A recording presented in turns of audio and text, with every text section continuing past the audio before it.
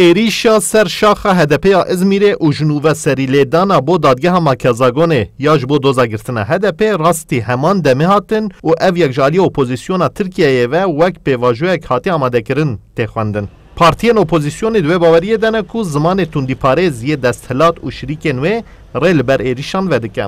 Serokê Şaxa Diyarbekirê Partiya Saadetê Fesîh Bozan balê dikeşe ku daxuyaniyên Tifaka Cumhur ên derbarê HDP de ku bêyî were darizandin HDP rasterast tawanbar dikin, di civakê de pêla netewperestiyê bilind dike û ev pêl zemînê bo êrîşan amade dike. Sürekli HDP eşittir PKK, PKK ve HDP yek via ve hingi tê gotin elbette insani milliyetçi Türk karşılığa vi havi bir kinavan nefretavan çedibi. Gerek hatta merekari bir bona şiddet kembi ve alana siyasete mere ferebike, alana diyaloğu mere ferebike.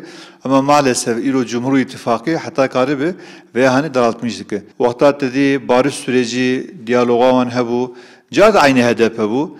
Dolmabahçe mutabakatı şekli cad aynı HDP bu. Ve noktanın içi degiş bu. HDP degiş ne bu? Degiş bu, AK Parti degiş bu demek ki. Fikravan, düşüncevan. Piştî ku dadgeha Makezagonê îddianameya dozagirtina HDP qebûl kir, ev yek ji aliyê opozîsyonê ve wek bandora siyasetê ya li ser darazê hat şîrovekirin. Serokê Şaxa Diyarbekir ê Partiya Pêşerojê Aydın Altaç anîzmên ku partiya wan li dijî girtina partiyan e û amaje kir ku girtina HDP dê Tirkiyeyê ji demokrasiyê dûr bixe.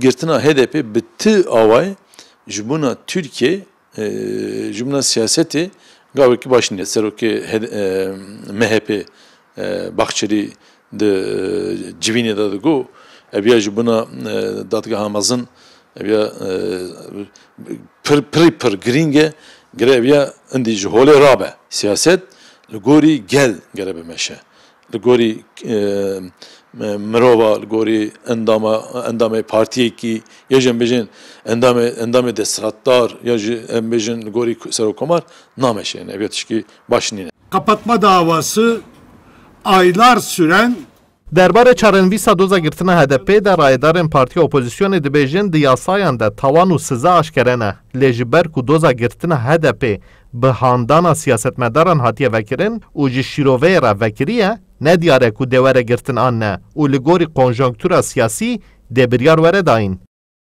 Mahir Yüksel, Kurdistan 24, Diyarbekir.